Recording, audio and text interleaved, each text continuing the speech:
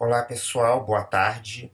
Depois de muitos pedidos, tanto no Facebook como aqui no YouTube, para o meu canal, eu resolvi fazer uma gravação comentando as principais partes, mas não tudo, no que se refere à minha carta de dissociação da Torre de Vigia.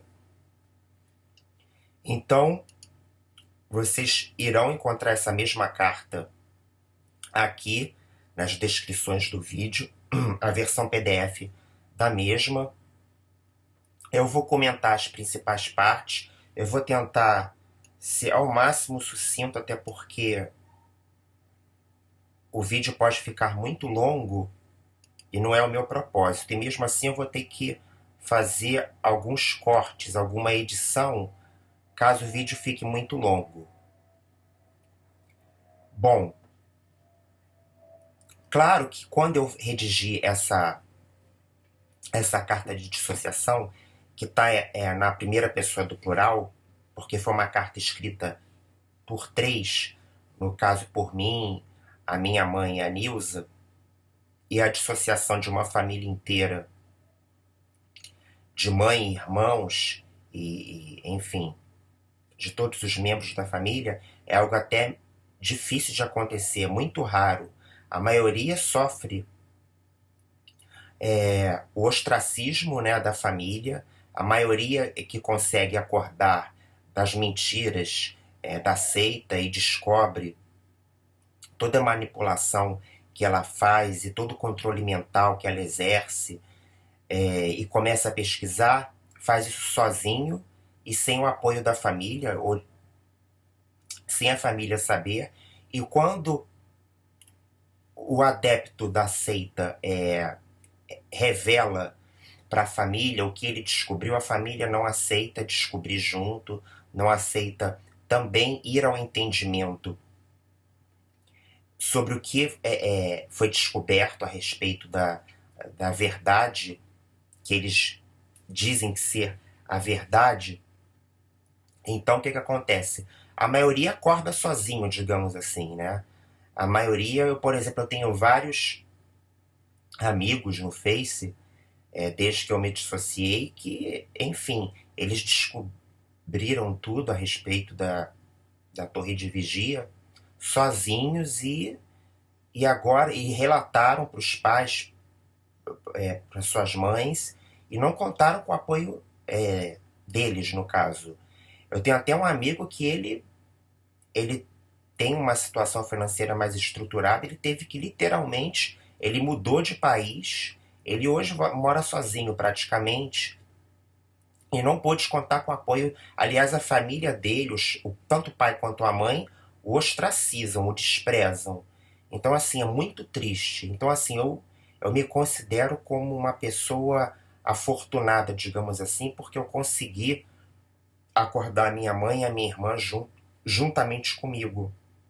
Juntamente não, né? Eu descobri alguns meses antes os podres todos da Torre de Vigia, e depois eu fui preparando o terreno para que elas assimilassem de uma maneira o mais palatável possível, o mais suportável possível, para que não tivessem grandes sustos, digamos assim. Bom, então o que eu fiz com a minha carta, eu formatei ela, fiz todo um layout propositalmente, como vocês verão agora.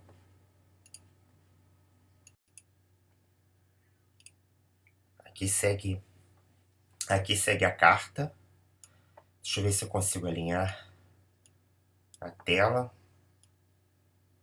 Bom, então a carta ela foi datada, ela está datada de 20 de setembro do ano passado. Demorou 3 meses para ser escrita, porque tivemos que fazer muita pesquisa, pesquisa de verdade, né, agora, né? Não é pesquisa, enfim, pesquisa à la Torre de Vigia, né, em que você só pode consultar as publicações de 5, 6, 10, 20 anos para cá. Agora de 75 para antes, né, você não pode, mas enfim. E eles dizem que tem liberdade, né, para fazer pesquisa.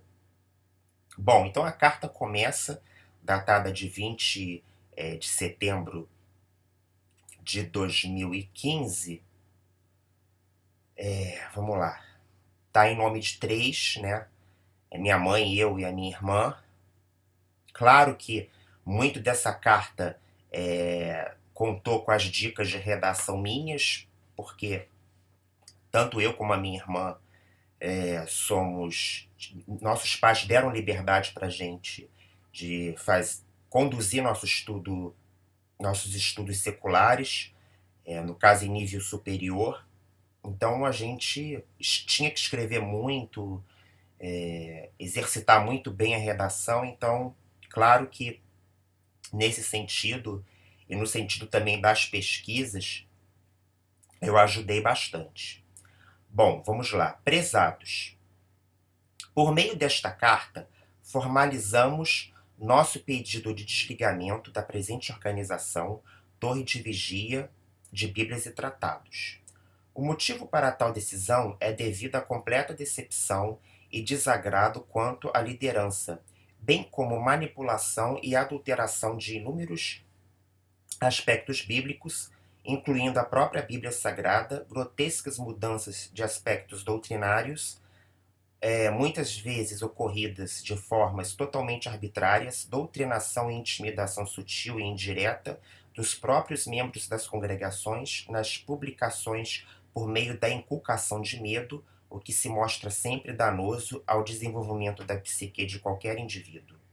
E o encobertamento de crimes graves no que se refere ao abuso sexual de crianças, conforme instruções normativas, entre aspas, né, contidas no livro secreto Pastoreio o Rebanho de Deus e mantidos em sigilo nas congregações pelo mundo inteiro por instrução da própria Torre de Vigia e associação que a Torre de Vigia manteve com a Organização das Nações Unidas, ONU.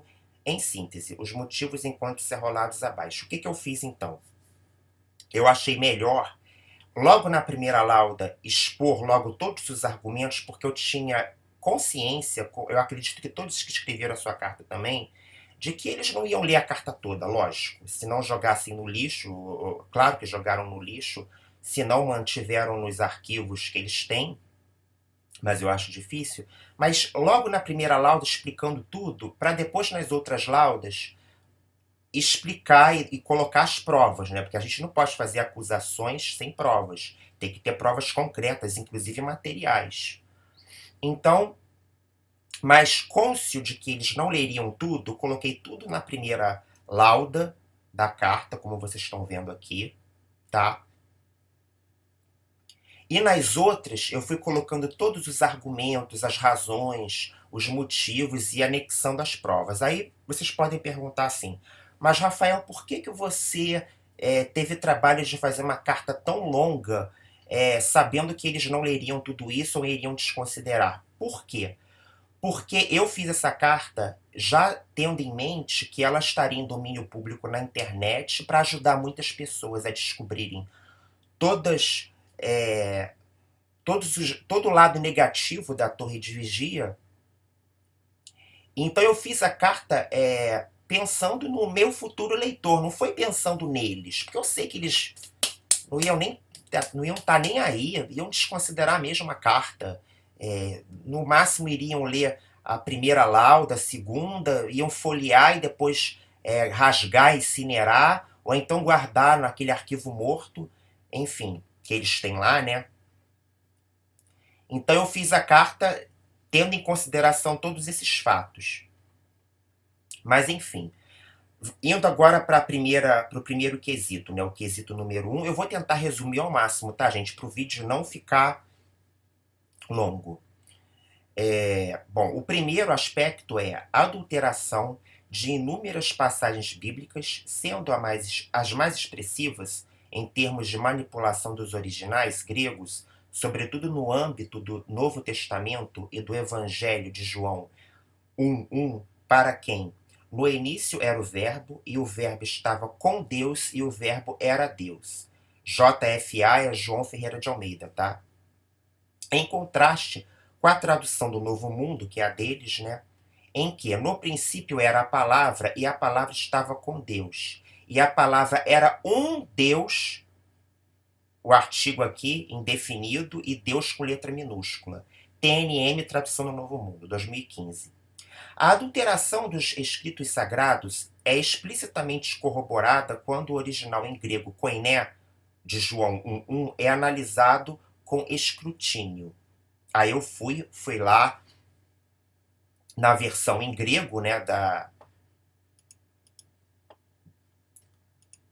do grego koiné, e lá você tem, né, eu circulei tudo com letra maiúscula, Deus com letra maiúscula, e não com letra minúscula, conforme eles colocam aqui, né?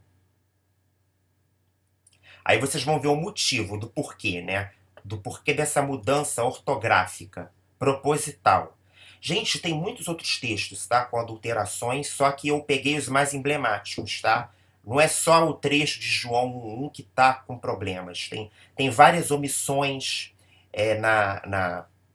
na tradução do Novo Mundo, mas eu escolhi as mais emblemáticas, porque senão a carta não teria fim. Então vamos lá. Então, assim, explicando agora. O que parece ser um detalhe trivial implica em enormes implicações de natureza tradutória e de mudança de significado e do estatuto e santidade de Cristo Jesus enquanto Deus, com letra maiúscula, e não um Deus com letra minúscula, reduzindo a apenas uma criatura emanação de Deus.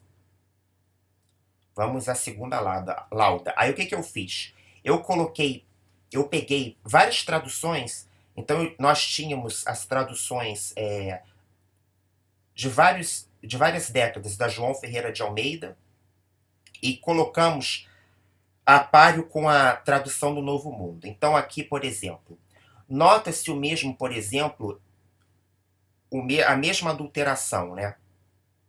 Em 2 Tessalonicenses 2:4, que nas versões da Ferreira de Almeida, respectivamente dos anos. Aí as Bíblias que tínhamos era a Bíblia da bisavó, né, da minha bisavó, no caso da avó da minha mãe. Minha mãe tem guardada de 1920, de 1962 e de 1998, que é a mais recente.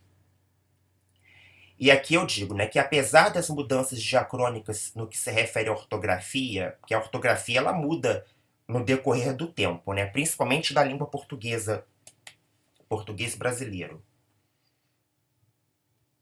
A palavra de Deus, em maiúsculo, é corretamente mantida. Então, apesar das mudanças ortográficas no decorrer das décadas,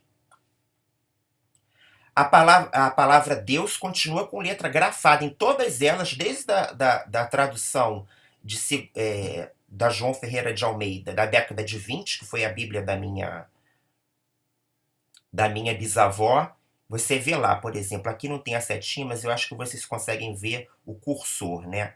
É Deus, Deus, com letra maiúscula, Deus, Deus.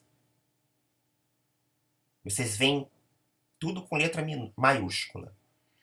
Aqui, ó, figura 3. A mesma passagem de 2 Tessalonicenses 2:4, João Ferreira de Almeida, da década de 60, agora 62 e 98, respectivamente. Então, a mesma coisa. Deus sendo sempre grafado com letra maiúscula, tá? Se referindo a Jesus Cristo.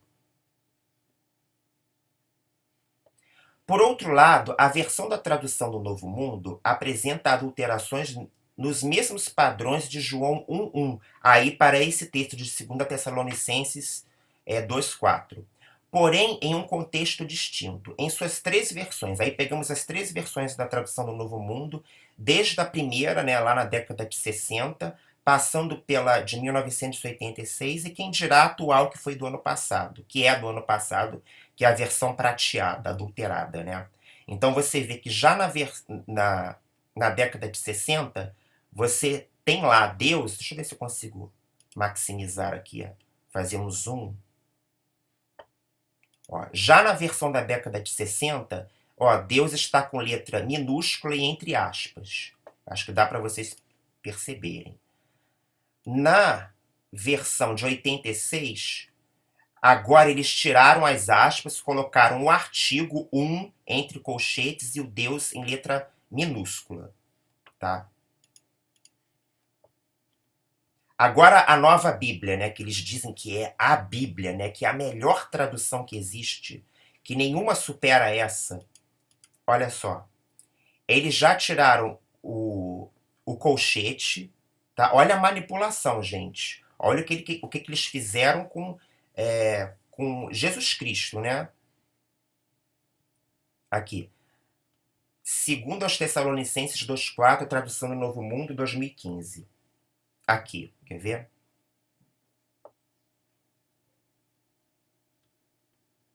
Vamos ver. Ele é um opositor e se exalta acima de tudo que se chama Deus, com letra minúscula, ou que é objeto de adoração, de modo que se senta no templo de Deus, exibindo-se como um Deus, o artigo e a letra minúscula aqui. Vocês estão vendo, né? Então, assim, não é adulteração no Photoshop, manipulação no Photoshop, é de fato que está na Bíblia deles, da tradução do Novo Mundo, agora de 2015, a versão prateada. Cinza soturna, né, digamos assim. Tá. O segundo aspecto, agora. Grotescas mudanças de aspectos doutrinários que não se justificam no argumento clichê tão maciçamente promovido de que são novos refinamentos e luz, sobre entendimentos previamente defendidos na literatura da organização. Antes, são heresias grotescas. Tais, a título de exemplo, estão nas famosas datas para o fim desse sistema de coisas, que foi profetizada por Charles Taze Russell e seus sucessores, como o juiz Rutherford, para os anos de 1914, 1919 e 1925, sendo a última data a de 1975. Graças à extensa e rica biblioteca virtual que existe na web, até mesmo de exemplares muito antigos datados do início da década de 20, do século passado, século 20, né? Bem como a nossa própria biblioteca de exemplares originais impressos, tivemos que recorrer à biblioteca empoeirada lá na casa da minha avó, de livros que estavam encaixotados no sótão, né?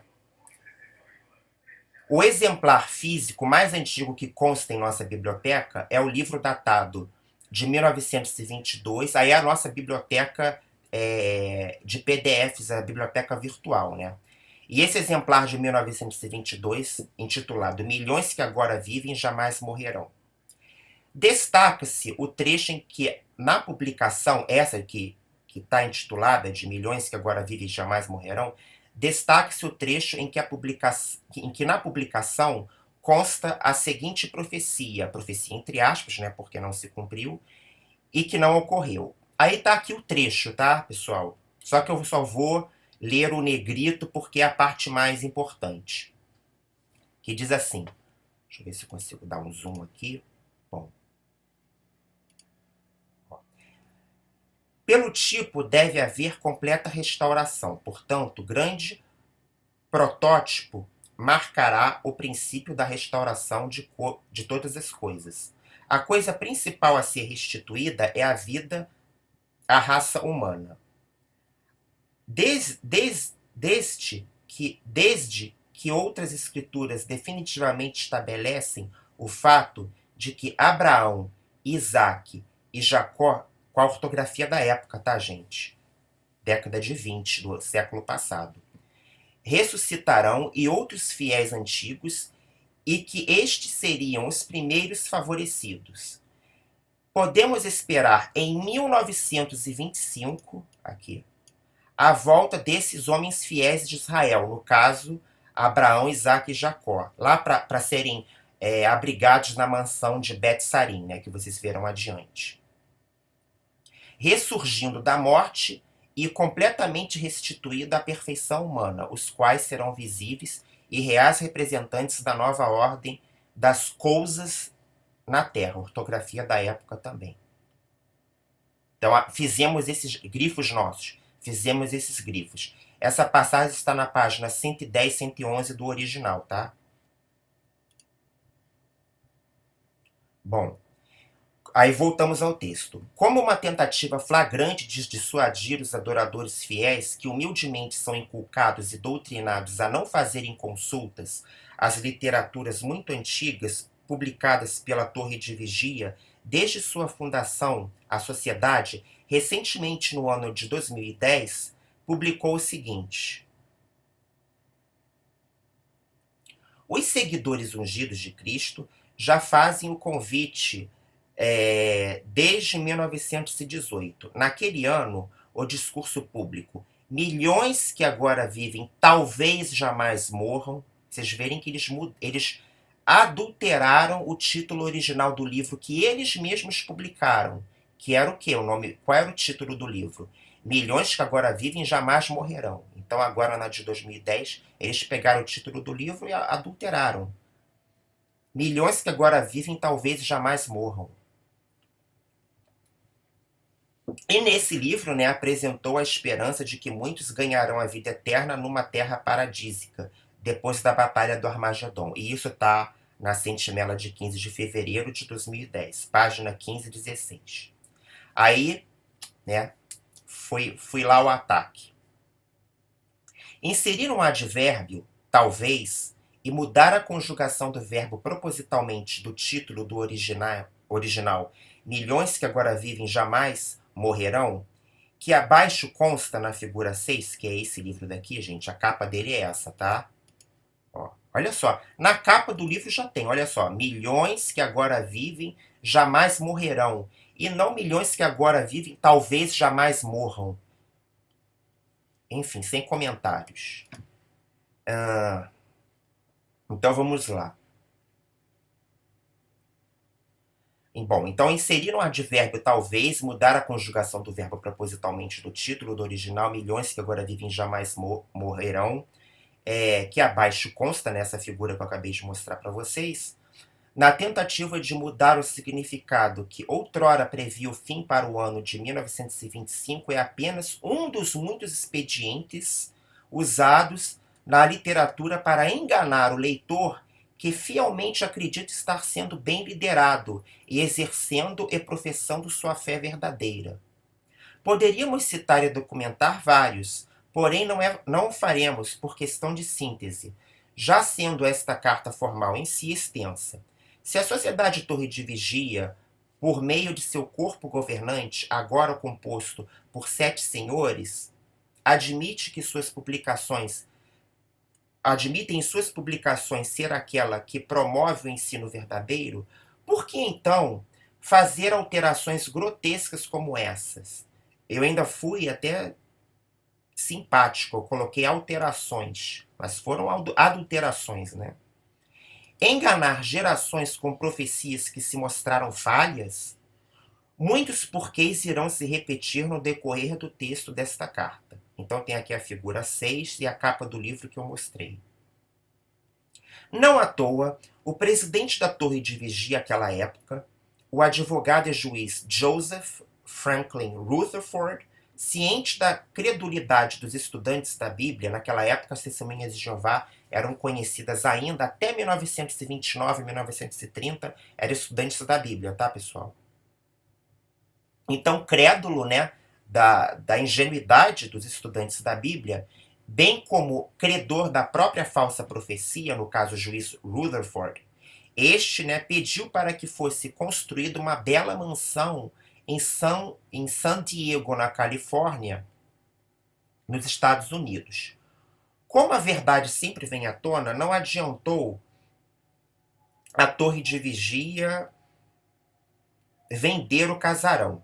Até hoje, este se encontra belo e formoso como prova literal de uma falsa profecia. Aí está na figura 7, aqui, olha. Vocês podem ver. Acho que eu vou até fazer um super zoom.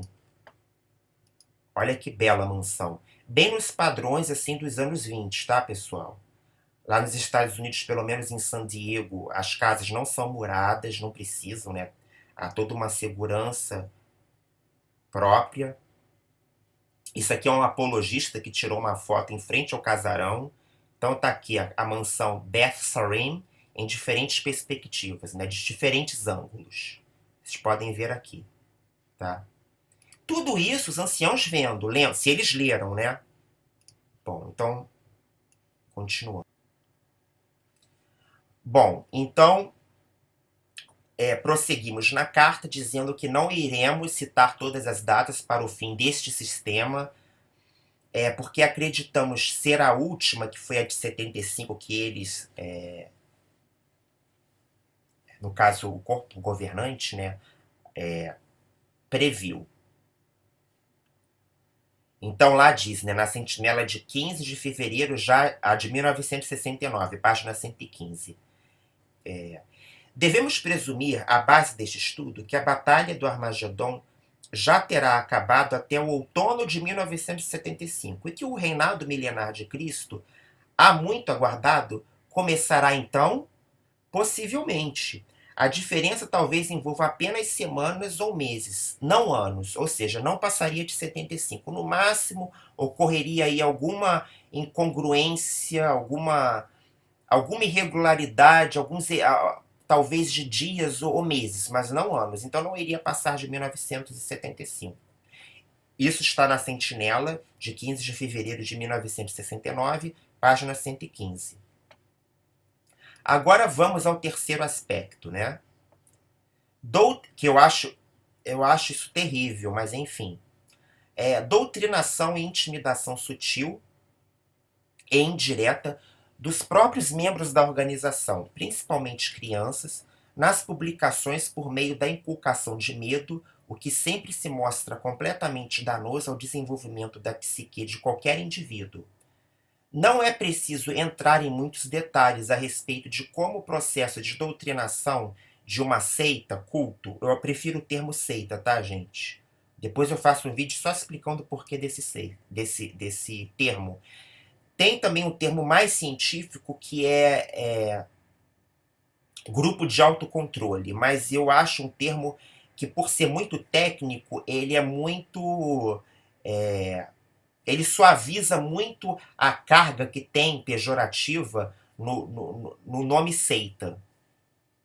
Então vamos lá. Não é preciso entrar em muitos detalhes a respeito de como o processo de doutrinação de uma seita pode ser danoso a um indivíduo, exibindo-se aqui os diversos argumentos de psicanalistas, psicólogos e psiquiatras, até porque alguns membros da organização de visão mais estrita e ortodoxa criticam veementemente tais profissionais, de forma até subversiva. Mas há muitos exemplos de milhares em que a organização doutrina e inculca medo em seus adoradores, fazendo de suas adorações um ato inconsciente de barganha para com Deus, principalmente no fato de muitos adorarem inconscientemente a Deus com o medo, geralmente inconsciente, de serem punidos no Armagedon. Tais estratégias de intimidação são comuns em outras seitas.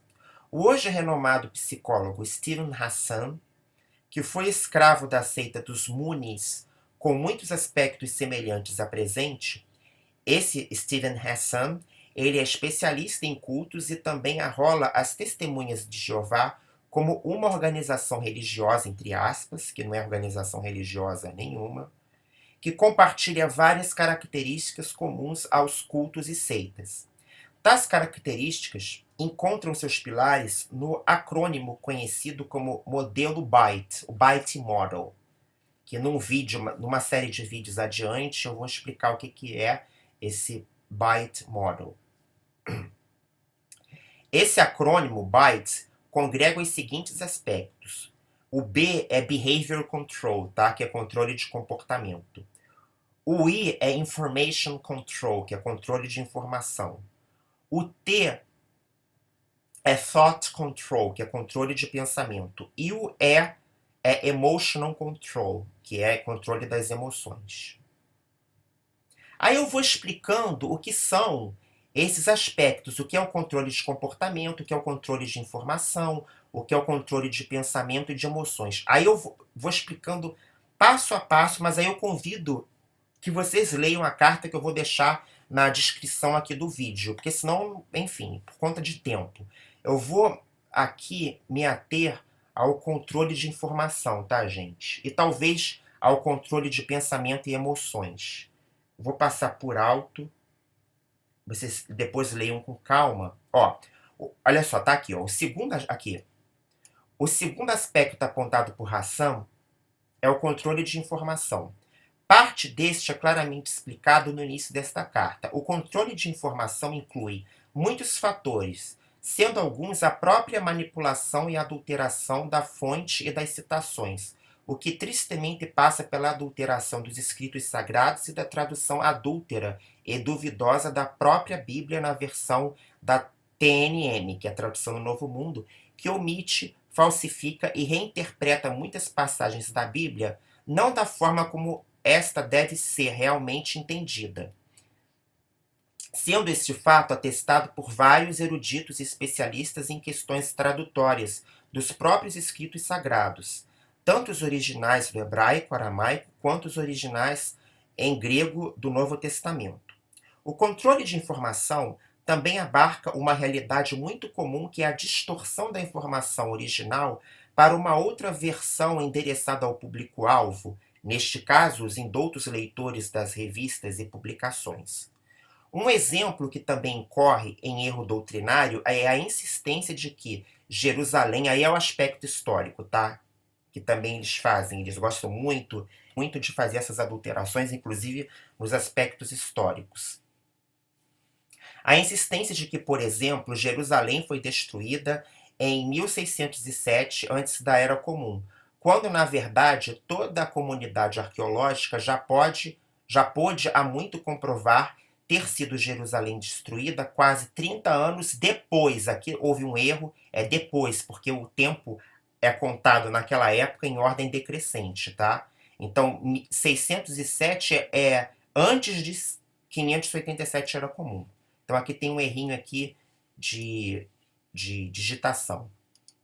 Então, na verdade, a destruição de Jerusalém, ela por achados arqueológicos e por comprovação histórica, foi destruída 30 anos depois de 607, em 587, antes da Era Comum. E agora é notório o porquê disso.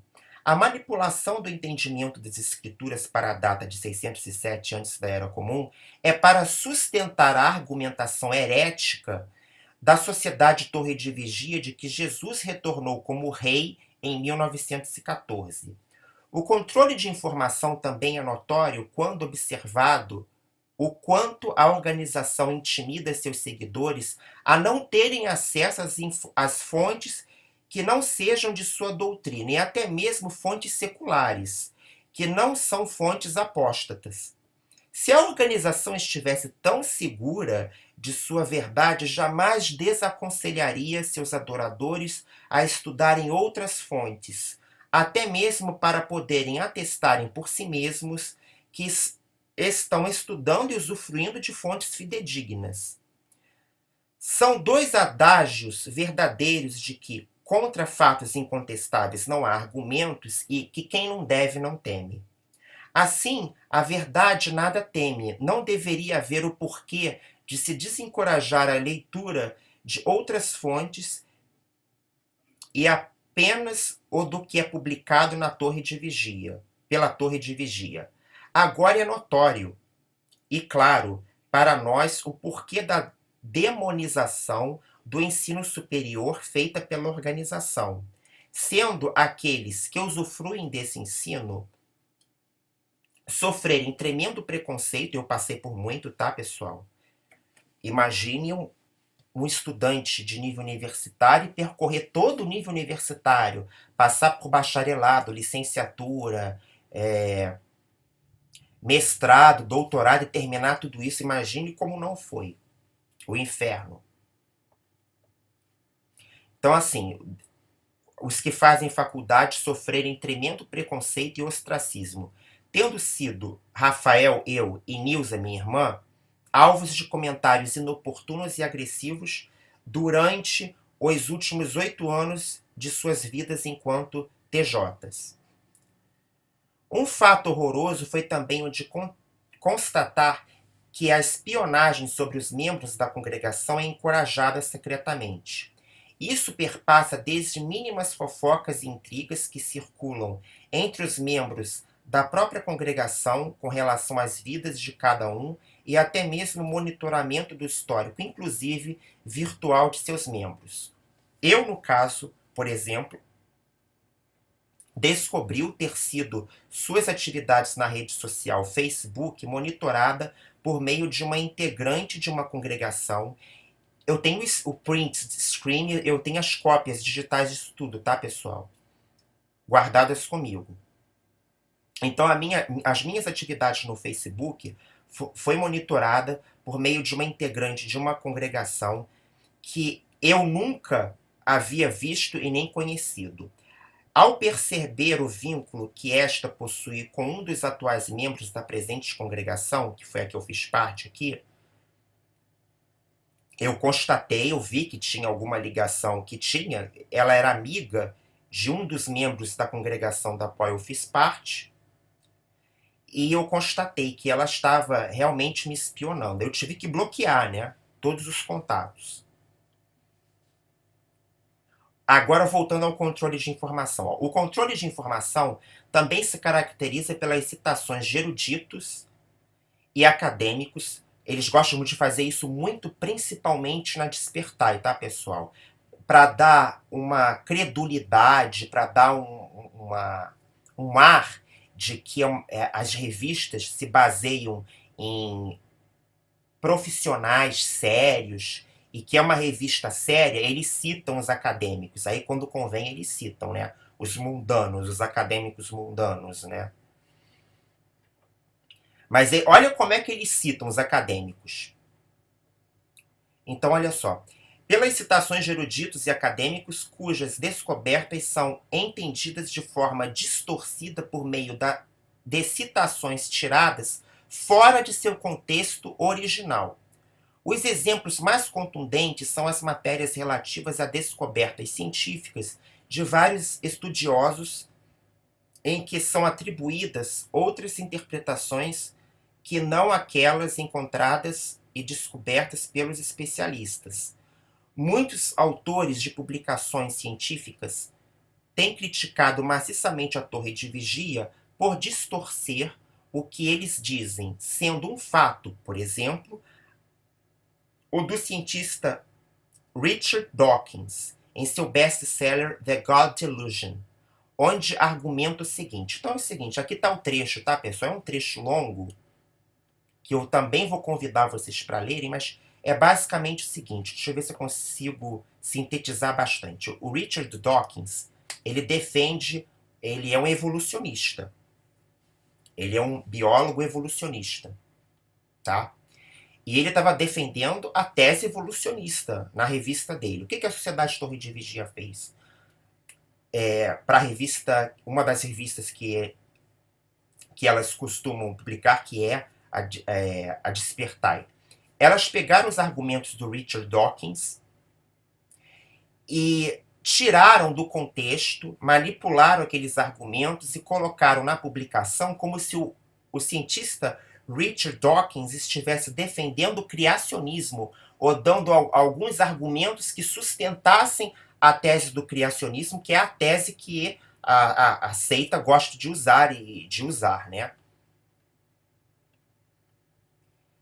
Então foram basicamente isso que eles fizeram. E o próprio Richard Dawkins recebeu exemplares, no caso de um desses livros que a Sociedade Torre de Vigia costumava estudar e usar para os seus adeptos. E o Richard Dawkins recebeu esse livro e ele viu que as afirmações dele estavam sendo distorcida, que ele não estava defendendo o criacionismo de maneira alguma, ou dando algum subsídio indireto para defender aquilo. Então, o que ele fez? Ele mesmo escreveu uma carta para a Sociedade Torre de Vigia à época, né?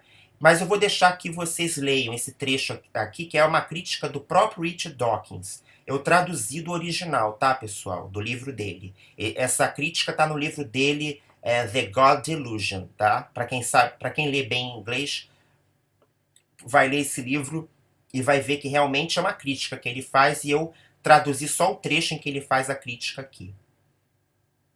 Bom, voltando para a questão do controle de informação, que é um expediente padrão de seitas, isso não só a sociedade Torre de Vigia incorre nessa questão do controle de informação, tá, pessoal? Outras seitas também, que eu não vou citar, pelo menos aqui no Brasil, tem duas grandes seitas, além da Sociedade Torre de Vigia, vulgo TJ, as Testemunhas de Jeová. Há outras duas seitas que têm características muito similares às Testemunhas de Jeová, mas eu não vou citar para evitar polêmicas com as outras. Eu já tenho com essa, né, que já dá um trabalho do cão, porque, enfim, você recebe várias críticas de pessoas que não têm formação nenhuma, não tem conhecimento nenhum, e na cara dura chega para você e diz que você foi enganado, que isso tudo é mentira. Mas, enfim. Então, voltando à questão do controle de informação, que é expediente comum de seitas, há também sempre notório o desencorajamento de leituras de livros, artigos, jornais, revistas, bem como o desenvolvimento do pensamento crítico do indivíduo.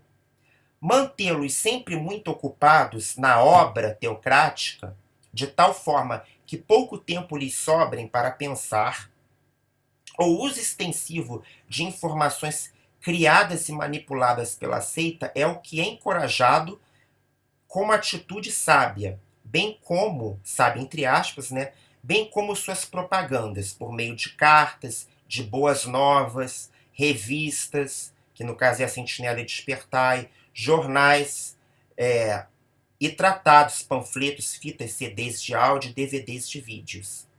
Até mesmo tentativas milionárias referentes à produção de desenhos animados digitais, isso é agora na TV JW. Quantos milhões não são investidos naqueles equipamentos, né? Com mensagens subliminares perturbadoras, inclusive para crianças. E isso tem sido executado, tá? E de uma forma muito obscura, mas muito bem sucedida. A criança já começa, desde a primeira infância, muito novinha, já exposta a toda essa propaganda que depois, com o tempo, com o passar dos anos, se vê nociva. A produção e os equipamentos envolvidos em tais produções de animação são absurdamente caros e desnecessários, muito menos as mensagens assustadoras endereçadas às crianças que já são inculcadas com culpa e remorso desde a tenra idade. Tem muitas passagens, inclusive no livro para crianças que foi usado para substituir o meu livro de histórias bíblicas, em que você tem lá, eu posso até mostrar para vocês depois, uma gravura em que já para as crianças já é mostrado o medo que elas devem inculcar na mente do dia da destruição, do dia do Armagedon, né, que eles chamam. Agora tem um controle aqui de pensamento, tá, pessoal? Eu posso até entrar nesse quesito, eu vou tentar resumir, que é o controle de pensamento. Outra questão comum e caracterizadora de seitas, segundo Steven Hassan, ele tem duas obras, tá, pessoal? Uma de 88, que é a mais antiga, e a de 2013. Então, outra questão comum e caracterizadora de seitas, segundo ele, incorre no controle de pensamento, né, que é thought control. A tentativa de internalizar as doutrinas como verdades, ou verdade, pensamentos exclusivamente dicotômicos, como se a razão humana se estruturasse apenas nos extremos, né? Nos extremos, preto, branco, como se você não tivesse um contínuo de cores, né? Uma matiz de cores. Então é aquele pensamento que eles chamam, em inglês é black, white thinking, né? Pensamento preto, branco, claro, escuro, dia, noite, verão, inverno. bem como o estrangulamento da possibilidade de se relativizar as coisas, o que permite o equilíbrio na construção de pensamentos sadios e equilibrados. O bem e o mal, nós e os outros, né, eles têm muito disso, né? Nós somos o povo escolhido, nós somos nós somos melhores, né? Os outros são os mundanos, nós somos o povo escolhido. Então é esse que é o pensamento nós e os outros. A linguagem adaptada e usada maciçamente como termos criados exclusivos de uma seita, palavras que se reduzem a pensamentos que são usados para internalizar, né, todo esse vocabulário que eles usam, que eles gostam de usar, clichês analógicos bastante repetitivos e utilizados como ferramenta de intimidação. Então isso é muito interessante, porque isso é bem a lógica skinneriana, né? Skinner, ele foi, se eu não me engano, vocês me corrijam se eu estiver enganado, ele foi, acho que um psicólogo, se eu não me engano, e ele entrou para a corrente behaviorista. Então, basicamente, essas correntes behavioristas, elas trabalham muito sobre tendo como base o estímulo e resposta, o condicionamento por meio de repetição. Também tem muito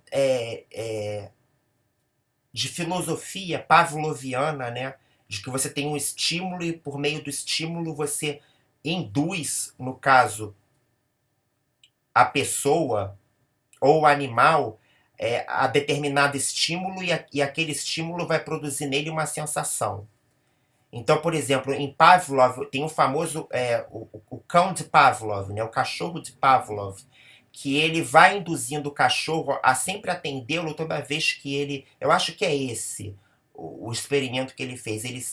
Ele usava um pedaço de carne e ele induzia o cachorro a salivar toda vez que via esse pedaço de carne. É mais ou menos assim, se eu não me engano. E também tocava uma sineta, então era tudo por indução, né? Indução de comportamento. Então, muitas religiões também fazem o uso desse mecanismo, mas principalmente as seitas. Então, o que o behaviorismo gosta muito de usar? A repetição, né? Repete, repete, repete, repete até aquela ideia ser encucada no pensamento do indivíduo e aquilo virar verdade, tá? Então aqui eu digo assim, a título de exemplo, os clichês analógicos bastante repetidos e utilizados como ferramenta de intimidação e medo. Tem também, que eles gostam de usar muito, esses eram os clichês que eu ouvia, né? Que eu achava assim, poxa, mas criar isso como um mecanismo analógico, que clichê mais, que burrice. Então, por exemplo, tinha lá, um ancião lá na congregação que eu fiz parte, que ele gostava muito de usar isso. Querem provar de um veneno para saber se mata? De um gole só, dê um gole de uma só vez, ou de forma homeopática, era mais ou menos assim. Isso se referindo à matéria que eles dizem ser matérias apóstatas, né? A apostasia. Que era como veneno. Então você poderia ingeri-la tanto de uma maneira completamente radical, tomar tudo e morrer, né? Ou então aos poucos, de forma homeopática, e aos poucos você é contaminado com os pensamentos apóstatas, né? Entre aspas. Então eles usavam essas analogias para incutir medo nos adeptos. Então eu explico, né, que essas estratégias deixam o exercício de pensamento do indivíduo restrito, ao invés de expandir o exercício de pensamento, né? O objetivo é reduzir a complexidade da natureza e da realidade. O uso de itens de vocabulários específicos, aí tem o palavreado bem típico deles, a terminologia TJ, né? Serviço de campo, apóstata, pioneiro, servo viajante, publicador, ancião, ministério mundano, na verdade. Então, tudo isso, por exemplo, são itens de vocabulário, são entradas lexicais, são termos criados pela própria seita. Quem é de fora não vai saber o que significa isso.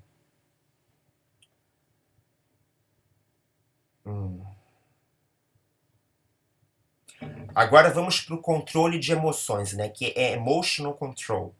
O último e tão nocivo expediente utilizado pelas seitas é o perigoso controle de emoções, manipulação e contritamento das emoções do indivíduo, problemas que se reduzem apenas à culpabilidade do próprio indivíduo, ignorando-se atribuir a falta, engano, erro ao grupo e nunca a seus líderes. Nunca são os líderes que erram, eles sempre jogam a culpa, o remordimento, né, que é uma palavra até em espanhol, remordimento, o remorso, a culpa, tudo é criado e jogado aos indivíduos, aos adeptos da seita.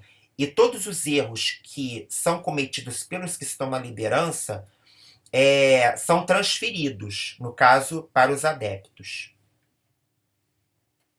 Então é o que é explicado aqui.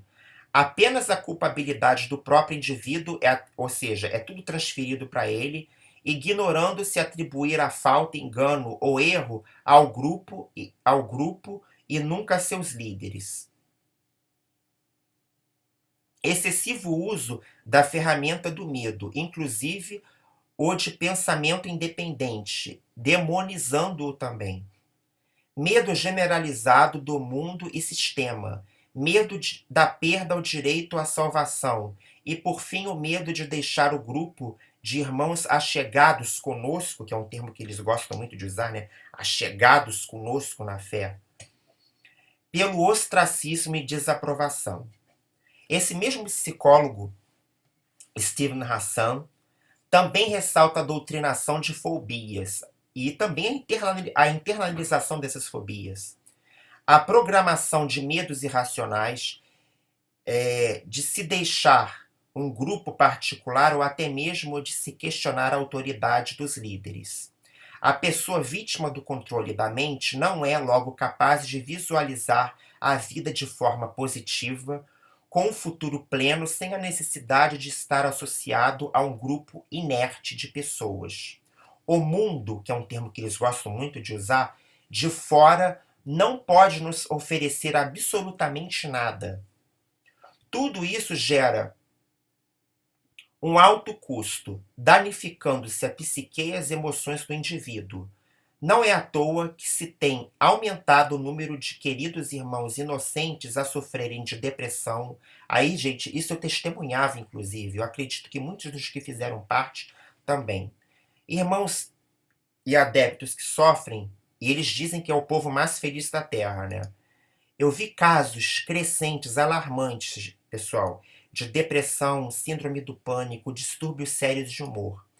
Em resumo, toda seita, incluindo eles, né, é extremamente perigosa a longo prazo para qualquer ser humano, reduzindo-se à hipocrisia de etiquetar-se os dissidentes, que hoje sou eu, né, e muitos dos que discordam e saíram das masmorras da Torre de Vigia, a hipocrisia de etiquetar os dissidentes como doentes mentais. E isso está na Sentinela, inclusive.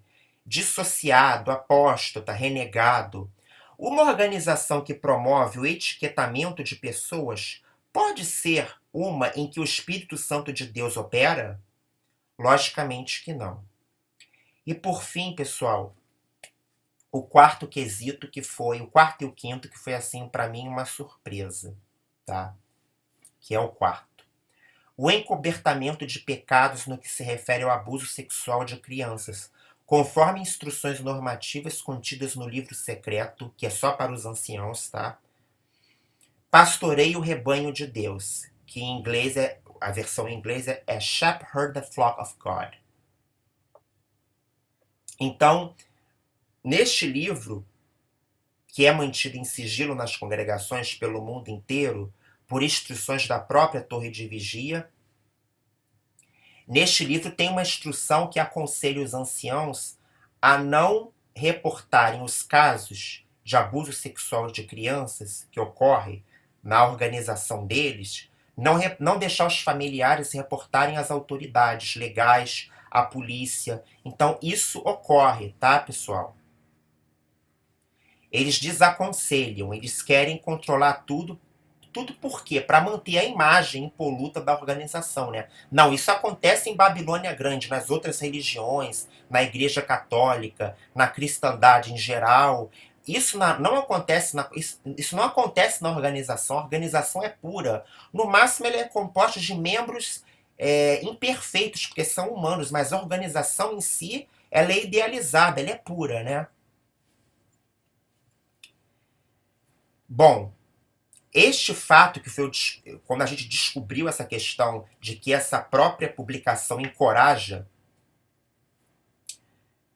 esse feito, esse absurdo, isso foi o que mais deixou a gente impressionado, né? E enojado, escandalizado. Aí a gente diz, né, que lá no livro que a gente teve acesso e viu, não é preciso muito dizer que a regra das duas testemunhas necessárias para testemunhar eventos dessa natureza, o de abuso de uma criança, né, é atroz e deprimente. Além de um crime como o de abuso de crianças, obviamente ser cometido pelo pedófilo em privacidade, para que ninguém possa testemunhar o molestador. Então, como é que pode haver duas testemunhas para comprovar uma atrocidade dessa? É absolutamente assustador que um livro dirigido apenas aos anciãos aconselhe que o caso não seja reportado às autoridades policiais e judiciais competentes em cada país, conforme fica evidente no trecho de seu próprio manual. Aí, pessoal, tem o trecho, mas o que eu tive acesso ao manual, eu tive acesso. Opa, peraí. Eu tive acesso ao manual em inglês, tá? A versão em português, até aquela época em que eu fiz a carta, eu não tive. Então eu vou ler aqui o trecho que está em inglês, vou botar a legenda embaixo em português na edição do vídeo. Então isso é o trecho do manual deles, tá? No caso, é o manual Pastoreio o Rebanho de Deus, que é o Shepherd the Flock of God, tá? Então lá diz o seguinte, com as legendas aqui embaixo. If the accused denies the accusation, the investigating elders should try to arrange a meeting with him and the accuser together. Note, if the accusation involves child sexual abuse and the victim is currently a minor, the elders should contact the branch office before arranging a meeting with the child and the alleged abuser. If the accuser or the accused is unwilling to meet with the elders, or if the accused continues to deny the accusation of a single witness and the wrongdoing is not established, the elders will leave matters in Jehovah's hands. Bom, é um absurdo isso, enfim, é uma coisa atroz. Como a sociedade Torre de Vigia está muito preocupada e aflita em manter o sigilo quanto a uma questão tão séria quanto ao acobertamento dos casos de pedofilia pelo mundo, ninguém está a par pela grande mídia que naquelas últimas semanas do mês de julho do ano passado, tá, pessoal? Que nestas últimas semanas está justamente ocorrendo uma comissão real na Austrália que investiga os casos de acobertamento desses crimes. Inclusive, na última audiência, o próprio membro do corpo governante, a toda a santidade, né, deles, Geoffrey Jackson, que é de nacionalidade australiana, foi obrigado a dar testemunho do porquê de tal política de proteção de tais infratores. Eu vou deixar na descrição desse vídeo o dia em que o membro do corpo governante, vou deixar um link aqui embaixo, teve um internauta que foi muito feliz, ele traduziu as 3 horas de depoimento do senhor Geoffrey Jackson. Eu vou deixar na descrição desse vídeo. Ele fez um trabalho herculoide, porque legendar vídeos com mais de meia hora de duração é muito trabalhoso. Você pode ter um inglês excelente, mas demanda muito tempo, porque você tem que fazer...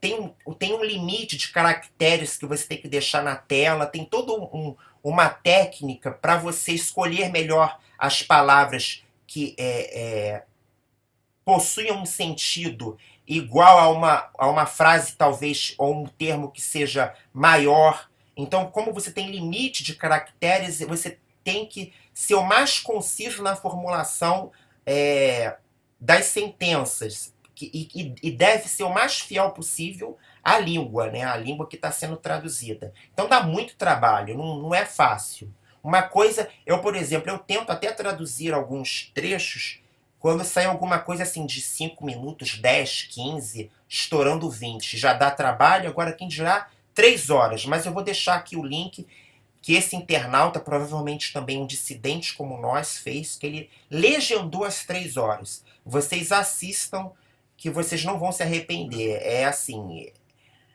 é aviltante você ver um membro do corpo governante, né, um ungido, né, que vai reinar com Deus, né, na Terra, né, quando a Terra for transformada num paraíso, segundo a crença deles, mentindo na cara dura, na cara lavada, entendeu? No caso, para um dos advogados lá, né, que estava investigando.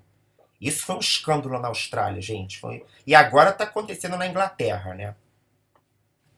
Então, voltando aqui, né?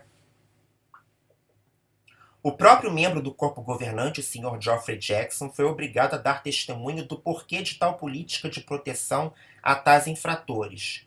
Muitos deles, aí também teve o depoimento dos anciãos lá da Austrália, tá?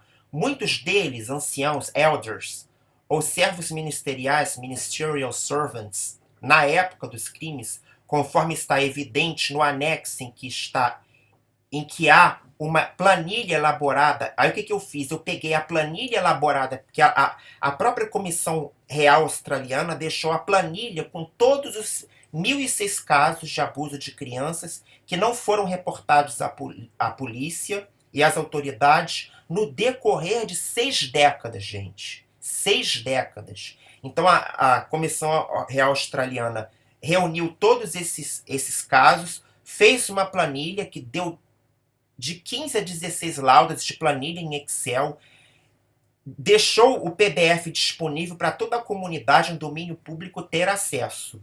Tá? Eu fui lá na época, né, eu fui esperto, baixei e coloquei como anexo da carta. Então a nossa carta teve 15, 16 laudas, com mais 15, 16 laudas dos anexos, a carta ficou praticamente... Teve até um internauta que fez uma brincadeira e disse que a carta ficou um verdadeiro dossiê, né? Então eu anexei essa planilha elaborada pela própria Comissão Real Australiana. E essa Comissão Real Australiana, ela é o órgão judicial de hierarquia máximo lá na Austrália.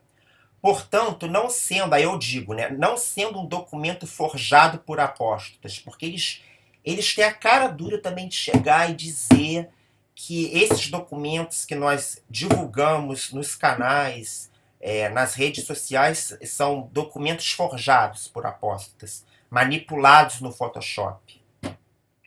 O senhor Geoffrey Jackson teve o descalabro de mentir e respondeu de forma evasiva a todas as perguntas, conforme documentado nos depoimentos filmados e exibidos na rede mundial de internet, no YouTube também, né? E por último, né, que aqui está como quarto, mas é quinto, que é o envolvimento da Torre de Vigia de Bíblias e Tratados com a própria Organização das Nações Unidas, ONU, durante quase 10 anos, de 1991, 92 a 2001, 2002, por meio de documento em que a Torre de Vigia se associa ao DPI, que é o Departamento de Informação Pública, né?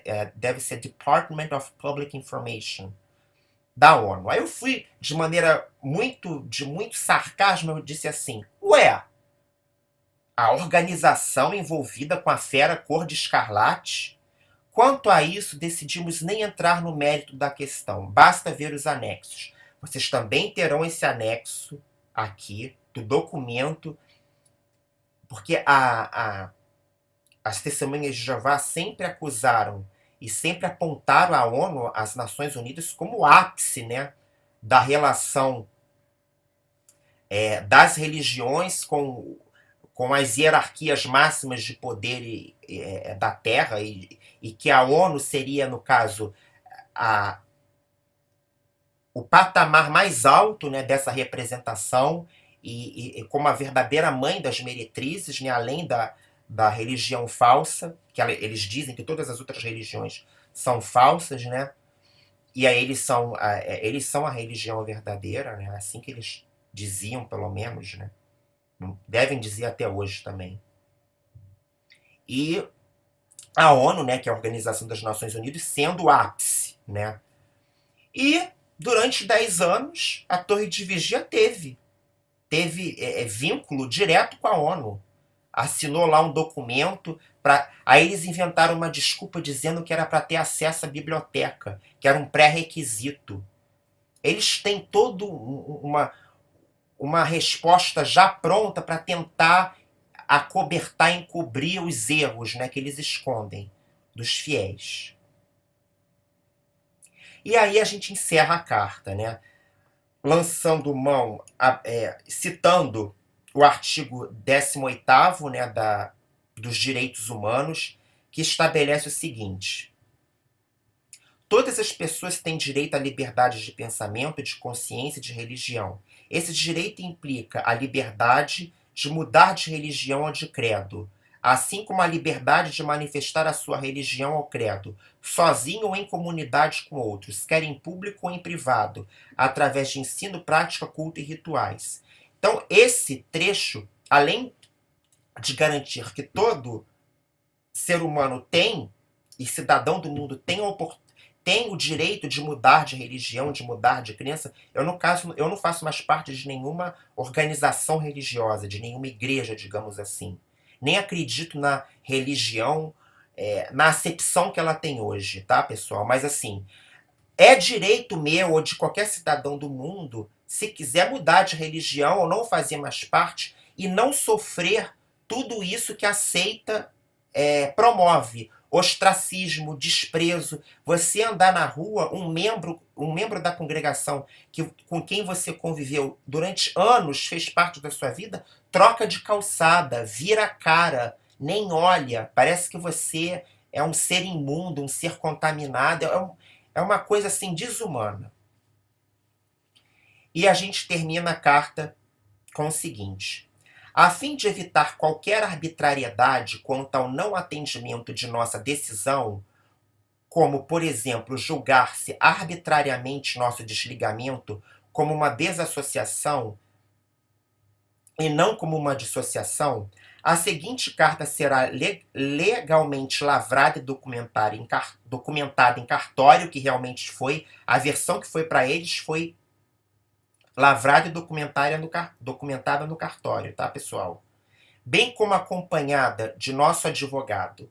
Não se preocupem ou se ocupem em enviar-nos uma solicitação para apresentação em qualquer comissão judicativa, pois não iremos. Para nós, apenas um é o verdadeiro e justo juiz, que é Cristo Jesus Deus, e não um Deus conforme a tradução do Novo Mundo, um Deus com letra minúscula. Até onde nos consta, não reconhecemos nenhum tribunal, entre aspas, teocrático organizacional, que venha a exercer autoridade judicial no que se refere à decisão sobre a espiritualidade de cada um. Como uma formalidade que existe como parte do legalismo instituído pela Torre de Vigia, estamos cientes que será conduzido, mesmo assim, uma comissão judicativa, apenas entre os anciãos da presente congregação, porém, estando agora cientes da nossa não participação.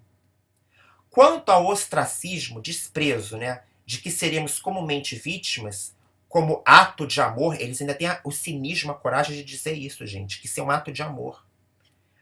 O que inclui o não falar, o trocar de calçadas ou olhares tortos às nossas pessoas, é o que só podemos lamentar, muito embora estejamos acostumados a tanto, pois nos últimos 3 anos já éramos tratados como tais nas ruas por conta de diversos irmãos que ingenuamente acreditam que, ao fazerem isso, estão praticando amor e obediência a Deus, sem saberem que tal regra já é outra interpretação equivocada da Bíblia, por meio da versão da tradução do Novo Mundo. Qual tratamento também é comum, tal tratamento, desculpe, qual não, tal tratamento de desprezo, ostracismo, também é comum em cultos e seitas como, aí eu vou entrar em polêmicas, mas são reconhecidamente seitas, tá, pessoal? Em vários livros, principalmente esse do Steven Hassan, e também por meio de apologistas, livros que contam ao desenvolvimento das seitas e das seitas e dos cultos, né, que existem no mundo, né, principalmente as seitas que tiveram a sua criação na sociedade norte-americana.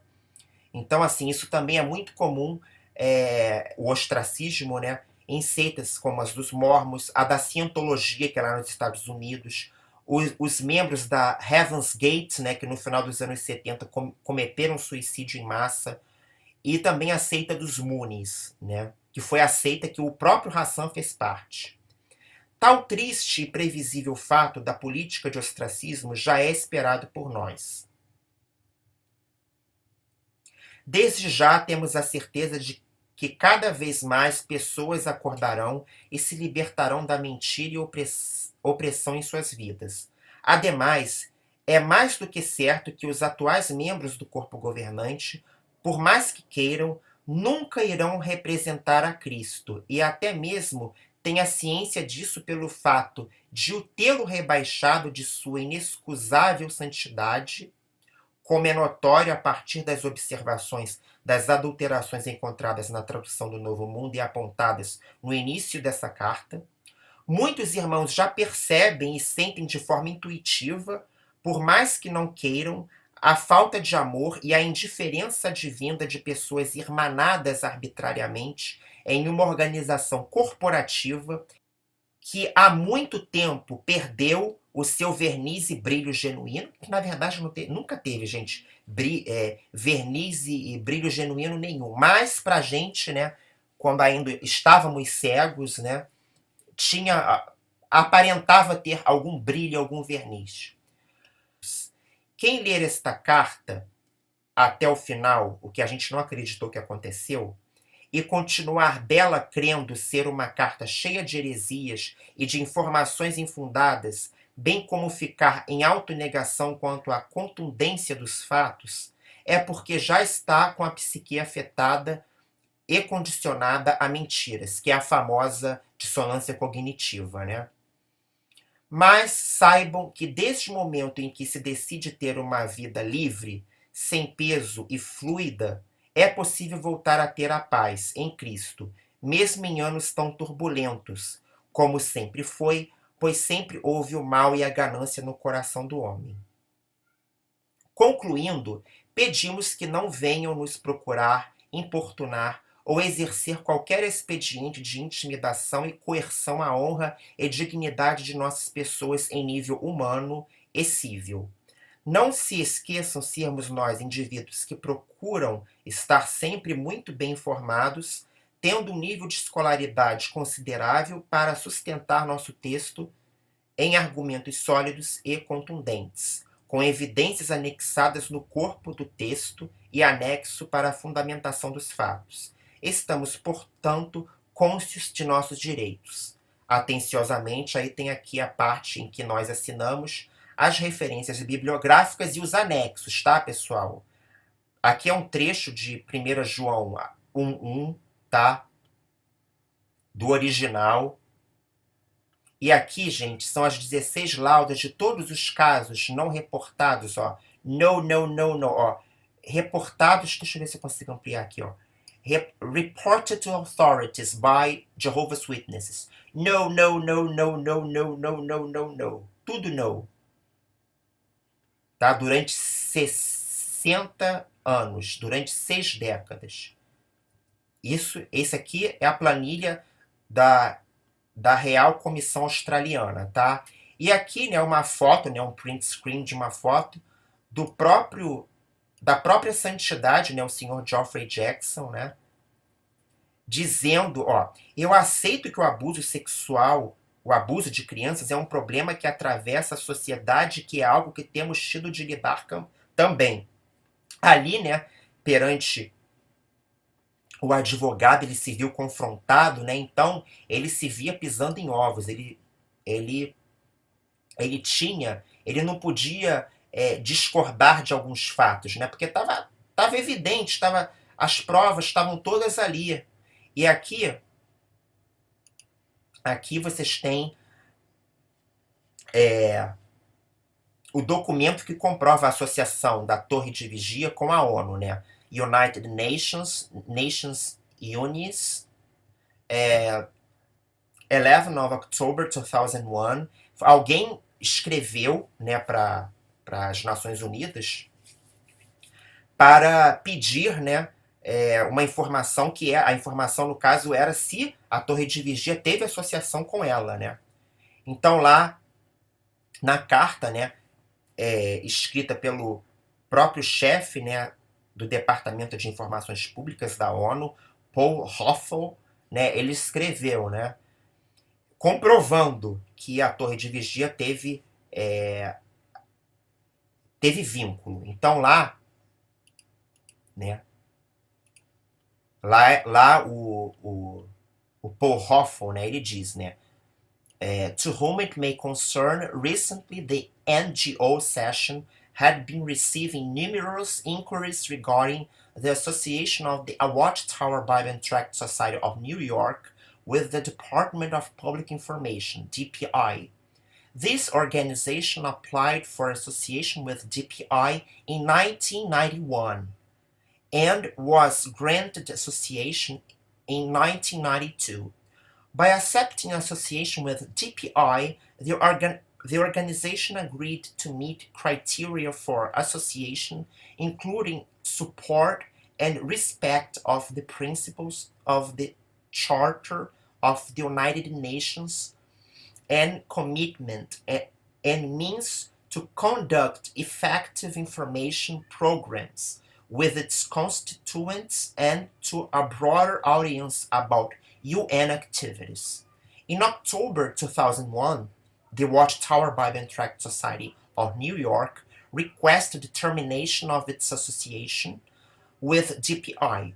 Following this request, the DPI has made a decision to dissociate the Watchtower Bible and Tract Society of New York as of 9 October 2001. We appreciate your interest in the work of the United Nations. Yours sincerely, Paul Hoff, Chief NGO Session, Department of Public Information. Então tá tudo aqui, pessoal. Não estou fazendo nenhuma ilação, mentindo, incorrendo, né, como alguns comentários feitos aos meus vídeos, incorrendo em mentira, em calúnia, em difamação, como se eu não tivesse provas. Estão todas aí as provas. Mostrei todas elas para vocês e vocês podem ter acesso a elas, que elas estarão todas em anexo na descrição desse vídeo. Bom, o vídeo com certeza ficou longo. Eu provavelmente vou ter que editar algumas partes, né, tirar algumas partes que talvez estejam repetitivas para deixar o vídeo o mais conciso possível. Mais uma vez eu agradeço a vocês a atenção. Eu desejo uma boa semana para vocês, um bom final de semana, um bom fim de mês e até o próximo vídeo.